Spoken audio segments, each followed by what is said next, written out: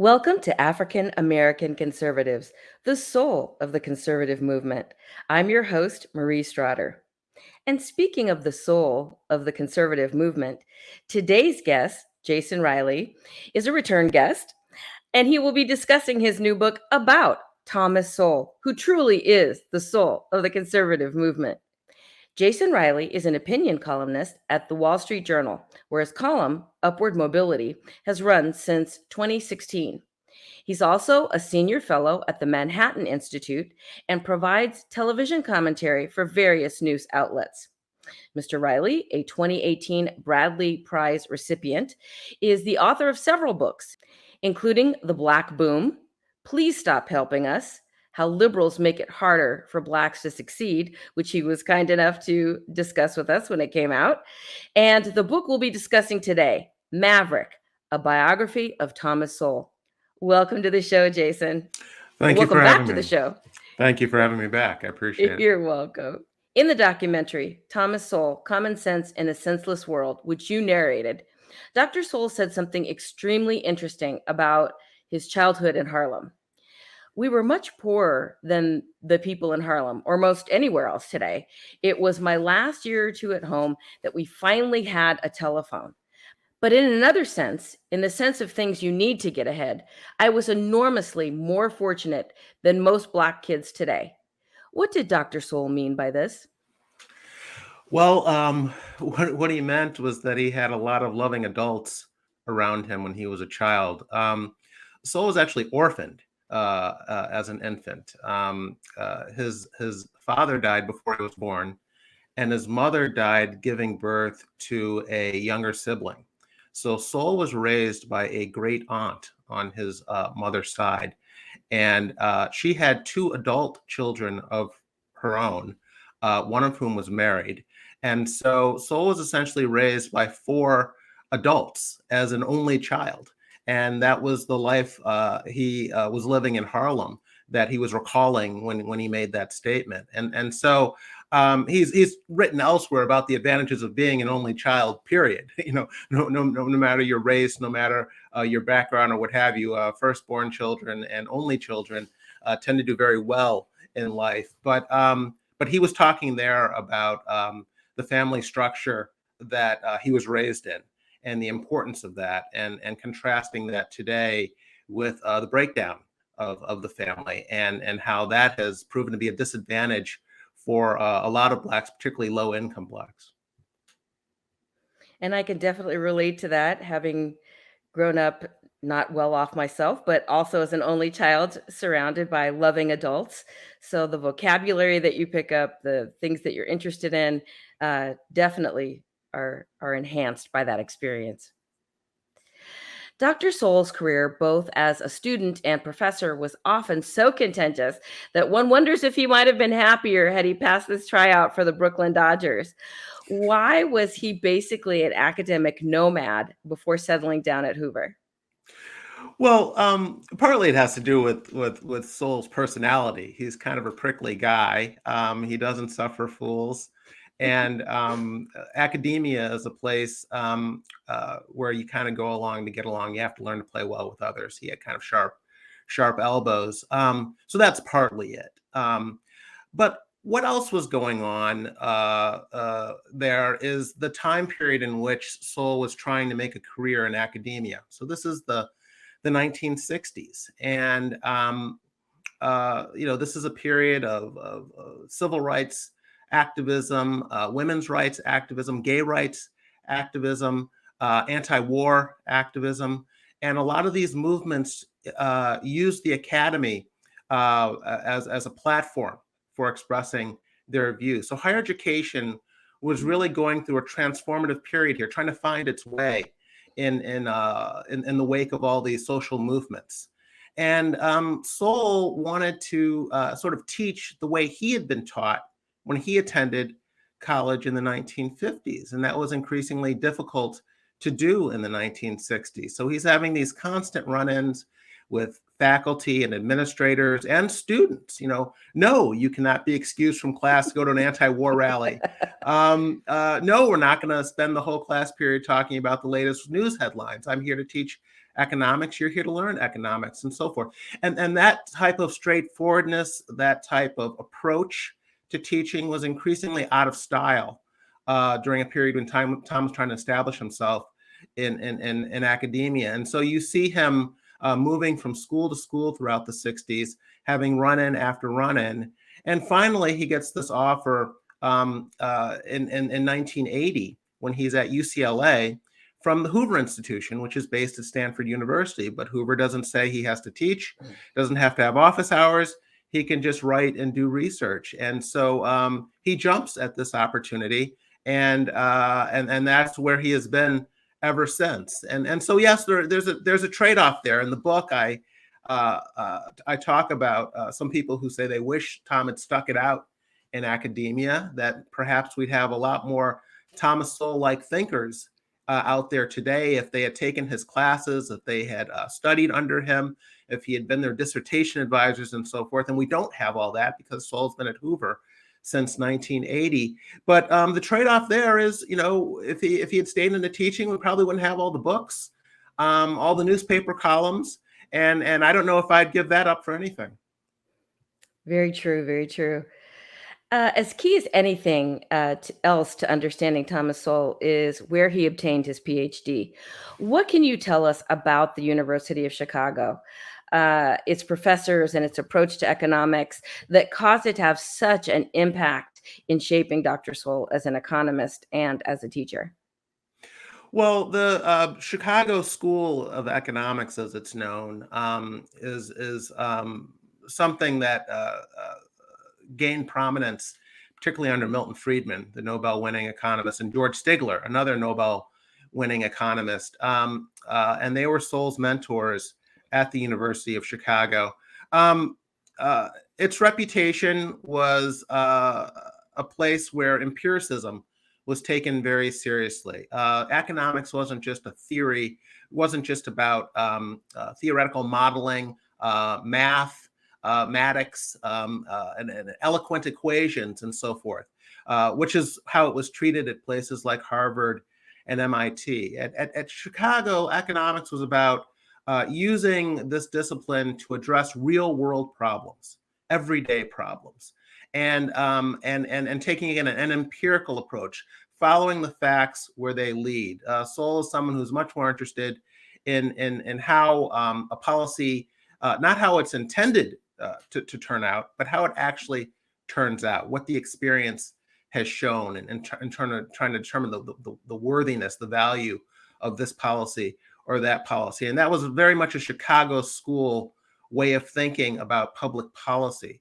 Now Sowell would argue that he was thinking that way before he got to Chicago, that it was a nice fit for him because he was already thinking that way. But I do think that he did gain a lot from attending that school, nevertheless, from being mentored by Milton Friedman and George Stigler, both of whom continued to be friends and mentors to him after he left school. And I think he, to a large extent, modeled a lot of his public life on what they had done and how they had done it, namely Milton Friedman and his interest in explaining economics to non-economists. Tom has really distinguished himself as a scholar by writing books that can be readily understood by people who know nothing about economics.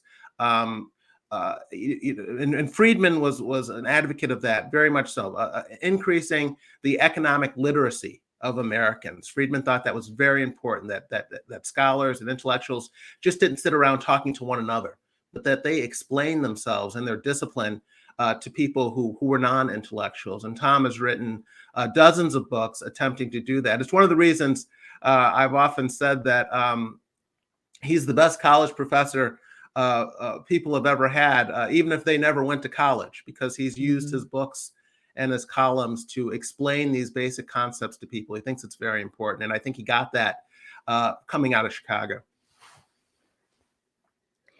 One of Dr. Sowell's most familiar arguments is his opposition to the minimum wage. You made a Sowellian argument in response, writing in the Wall Street Journal that, quote, California's new commission would be able to mandate how much Burger King pays you, but it can't force Burger King to hire you in the first place, end quote. Why do you and Dr. Sowell believe that requiring what the left calls, quote unquote, a living wage will negatively impact employment?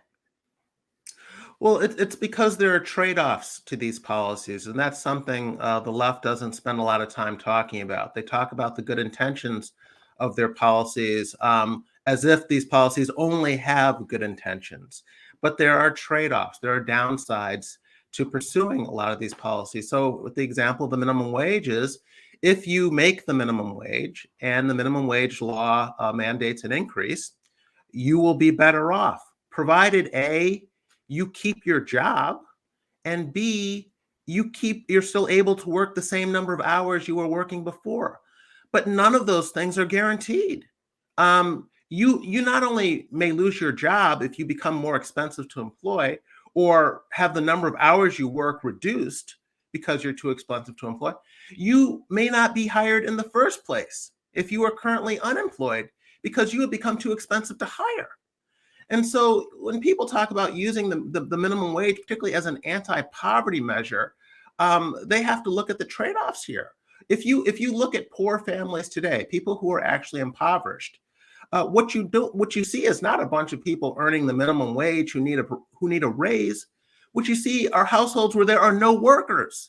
People need jobs, not an increase in the minimum wage. And to the extent that you are increasing the minimum wage, you are reducing the number of available jobs out there. And so I think when you look at a policy like the minimum wage, you need to look at it from all the angles and understand that you are not just going to help people, and maybe not even them who earn the minimum wage right now, but the disincentives that are put in place to hire people who are out of work. And this isn't just conjecture. There have been studies done, not only of minimum wage hikes over the decades and centuries in the US and abroad, but in major cities recently.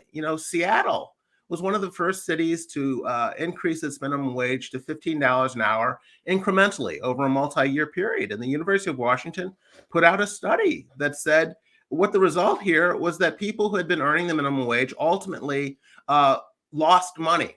At the end of this period, they were while Seattle was lifting its minimum wage, employers were reducing the number of hours worked. And so at the end of the day, these workers were worse off in terms of their income than they were before the minimum wage hike went into place. So that's something, you have to look at. And that's, again, what an empirical approach to studying public policy is all about. It's not just what the intentions are of a policy, but what actually happens after it is put in place. And that's a good point, because not just the studies that you mentioned, but anecdotally, I mean, we've seen this happen. My hometown of San Francisco, where I was born, I don't live in California anymore, but one of the reasons we left California was for economic reasons. And in San Francisco, when they implemented the $15 an hour minimum wage, one of the very first things that happened, one of the oldest bookstores in San Francisco closed. It could no longer afford to pay the rent that it was paying. It was paying exorbitant rent to begin with. Mm-hmm. After the dot-com bust, rents went up incrementally. But not only did it not be able to afford the rent that it had, it couldn't afford the workers, as you mentioned, and also giving things benefits like, healthcare and those sorts of things. I had told some friends at the time, you don't understand what's going to happen. There's a ripple effect here. As you mentioned, your hours are going to decrease, right? Yeah. And if your hours decrease under a certain threshold, you're not eligible for benefits anymore. And if you're not eligible for benefits, what happens if you have a catastrophic illness? So those sorts of things are the unintended consequences of, well-intentioned policies, perhaps, but it does carry a ripple effect, as you say. And Seattle and San Francisco is an excellent example of what we're talking about here, because it's a city that has long been run by progressives. And these progressives, whether you're talking about, a New York, a Seattle, a San Francisco, a Los Angeles, these are cities where progressives, or states where progressives are in control. and they claim to be pushing these policies in the name of helping low-income minorities. Well, progressives have been running San Francisco for a half century, and the Black population of San Francisco today is something like half of what it was in 1970. That's what these policies have done to the people they claim to be enacting the policies on behalf of, running them out of town.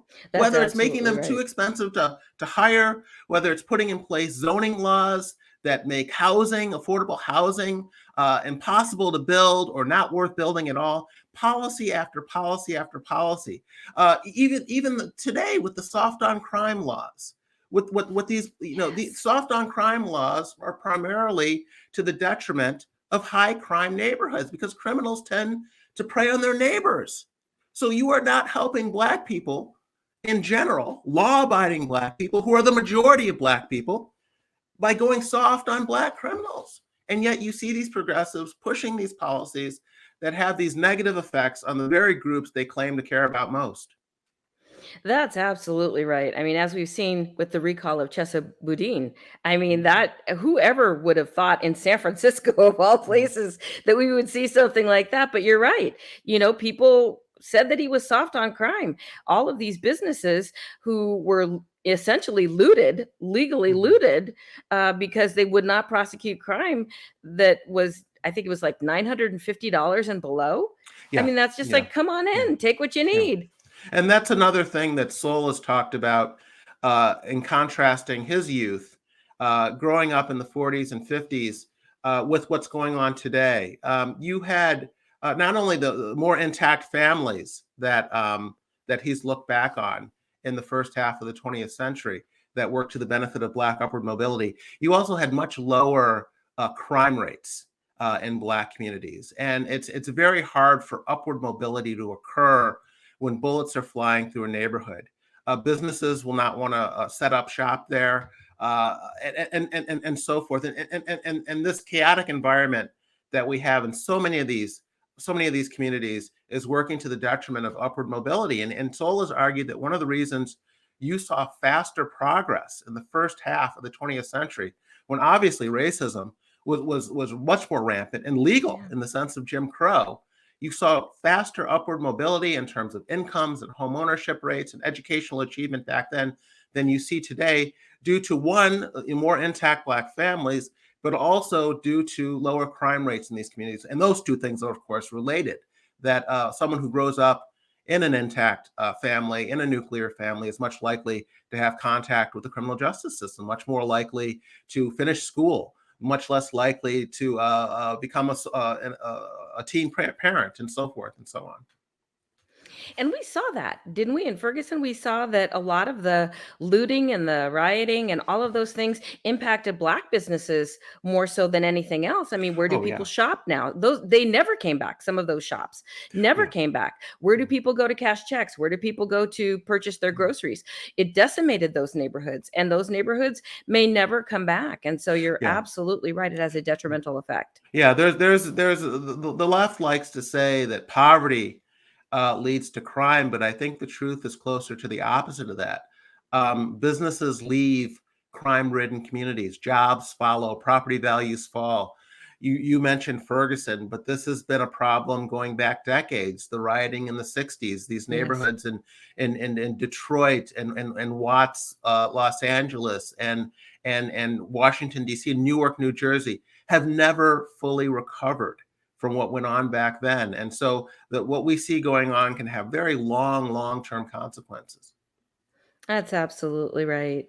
Um, One of Dr. Sowell's quotes that might really stand out to the reader comes not from one of his books, but from a 1964 letter written to a Black graduate student.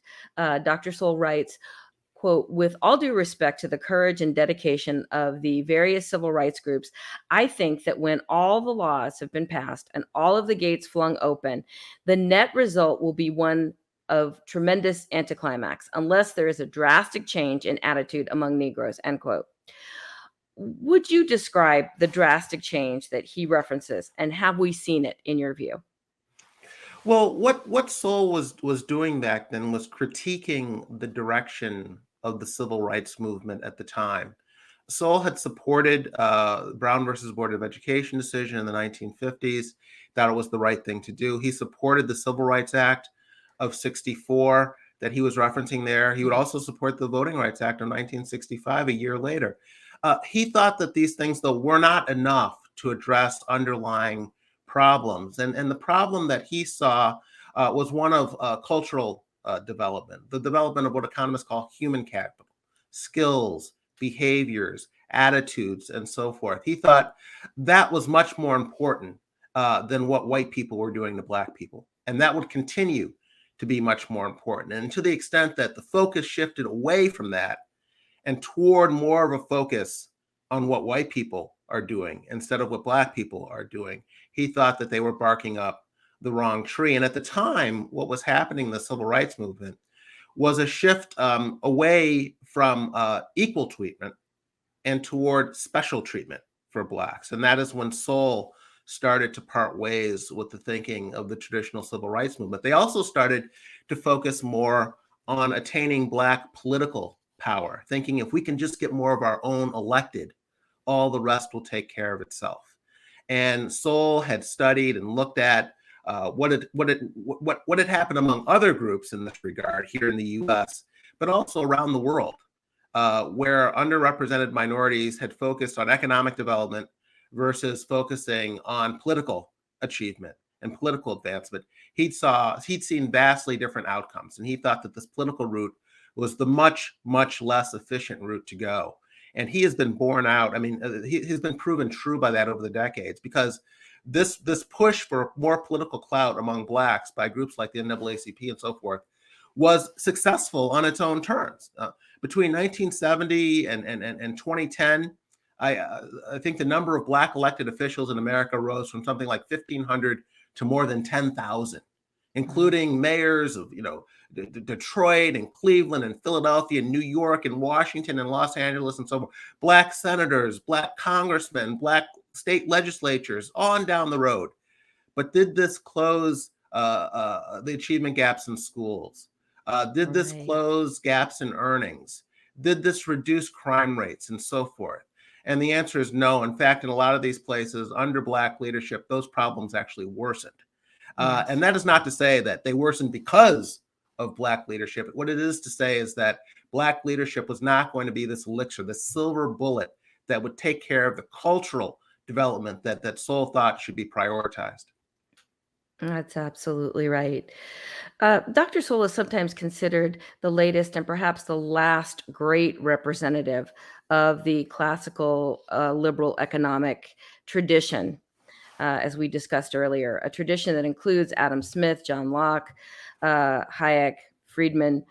What is classical liberalism, and who do you believe will be the voice for the next generation of this tradition? Oh, wow.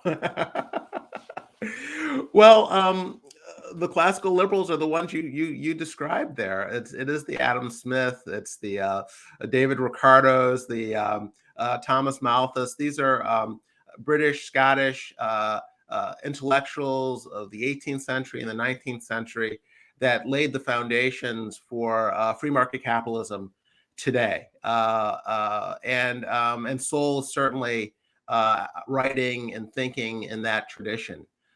He was actually taught by Hayek at the University of Chicago. Hayek was still alive at the time and teaching at the university when Tom was in graduate school there.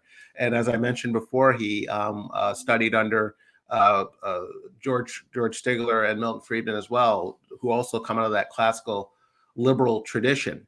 And it's really a belief that free markets do a better job of allocating capital and labor and resources than central planning does.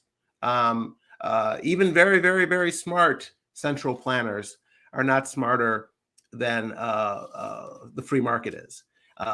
Cannot make decisions for millions of people, decisions that will work to the benefit of millions of people the way the free market can, and the way price theory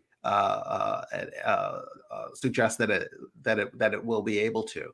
And so that's essentially what the classical liberal tradition is about. And going forward, is Sowell the last person in that tradition? No, I think there are still some people out there who are thinking the same way about things. A lot of them are still at the University of Chicago, in fact, but they are out there, and I think that school, that Chicago school, has been hugely influential, and that's largely because it's been correct.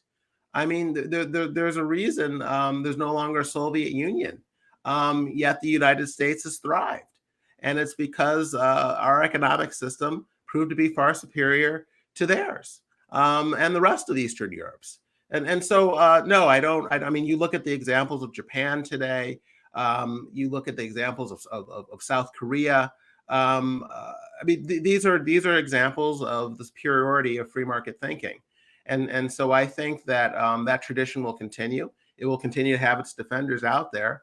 But those people who do feel that way do need to continue to educate the next generation. It's not enough to say, well, Milton Friedman said this and Tom Sowell said this, and so no one else needs to continue saying that. It's all been said before and been said very well.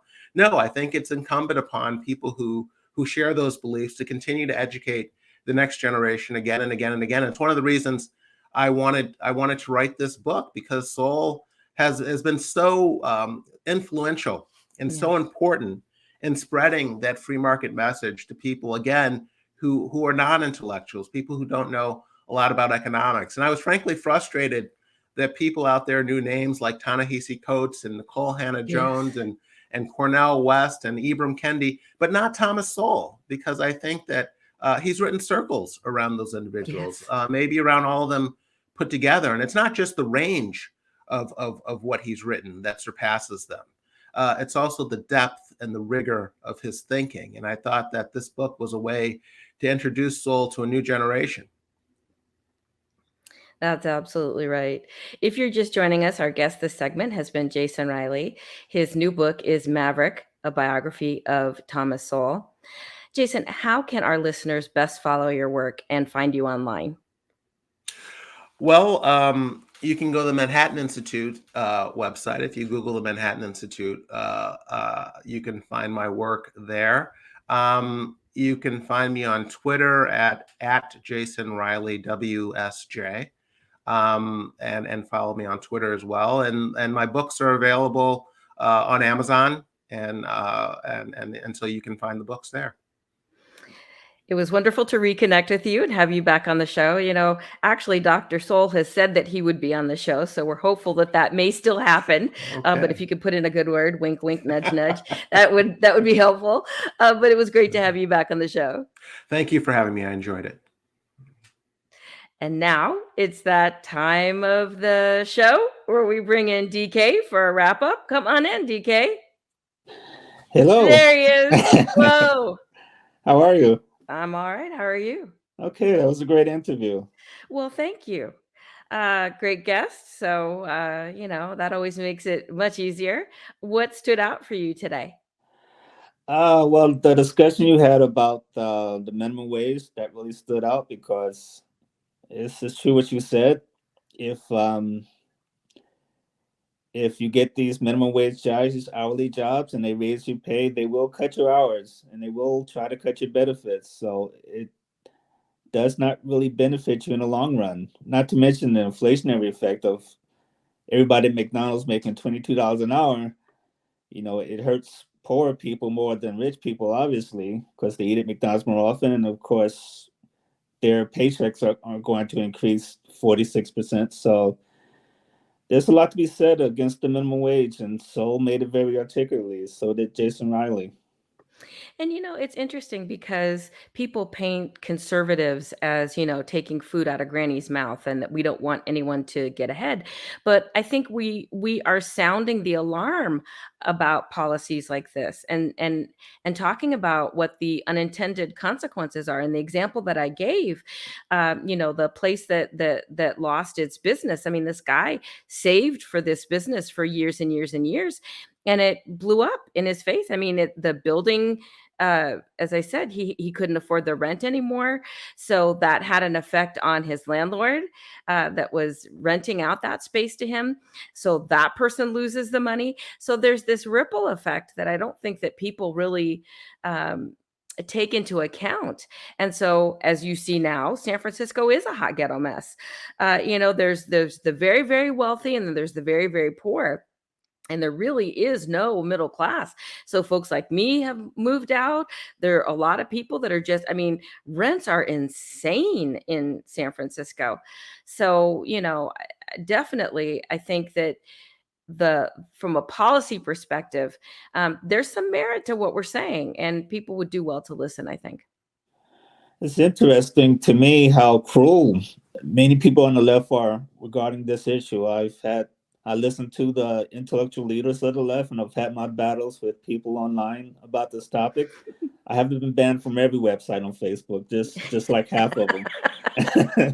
And it's and their answer tends to be, when you ask them, how can a small business say, if I wanted to open a store, not to get rich, but I want to open a store to sell flowers to my neighbors, for example, I can afford to pay some teenager $10 an hour to help me deliver the flowers, but I can't afford to pay 15 plus all the benefits required by law. And the answer always is that if I can't afford to pay what they decide I need to pay, then I should be out of business. So I'm out of business. The teenager or the retiree who could have benefited from that $10 an hour job is out of work. And the response is always a shoulder shrug. They could care less. They want you to pay $15 an hour, or the case you mentioned in California, $22 an hour. And if you can't afford, well, too bad for you. So they care about their ideology more than they care about people. And that's an interesting point that you bring up about the $22 an hour, because you and I, we talk just about every day. In fact, we talk multiple times a day. Our audience doesn't know that. But one of the conversations that we had recently, we talked about this meme that came out, and it talked about how much you need to make an hour to live in some of the top cities. And we talked about maybe some of the flaws inherent in that. But one of them was you needed to make $38 an hour in California to afford a 2-bedroom apartment in that city. I think $22 an hour, that falls well short of the $38 an hour that you would need to make. Who makes $38 an hour? That's not a minimum wage job by any stretch of the imagination. So, I don't see it as being sustainable. It's also very deceptive because the vast majority of people who work minimum wage jobs aren't looking to support a 2 or 4 person family. They're not looking to use that minimum wage job to pay the rent exclusively on a 2-bedroom apartment. The people who work minimum wage jobs statistically are teenagers who are looking for something to do after high school. They're retirees who want a second source of income besides their Social Security check. I think you're allowed to make maybe $13,000 or $18,000 a year before your Social Security benefits cut. So you see a lot of people like in Costco giving out food samples. They tend to be people in their 70s because they can earn an extra $10,000, $15,000 a year and still collect their Social Security benefit. Plus, they have something to do to get them out the house. It's also people like young adults, like Jason Rowley mentioned that when he was a young man, he took a job at Wendy's. He said he went to the other side of town so that nobody would walk in who recognized him, and he got an extra income which he needed at the time. He said it didn't work because one day his mother walked in, so who You know how didn't know he moms was are. working at Wendy's, but so that we're talking about teenagers, we're talking about retirees, we also talk about young adults who are in a transition, who just need a second source of income, probably for a short term until something else kicks in full time. Is so that whole stat you were talking about, people who need $38 an hour to support an entire family, that really doesn't exist in the real world. This is African American Conservatives, the soul of the conservative movement. We hope that you will like this and subscribe to it. Follow us on Bright News Media at brightnews.com.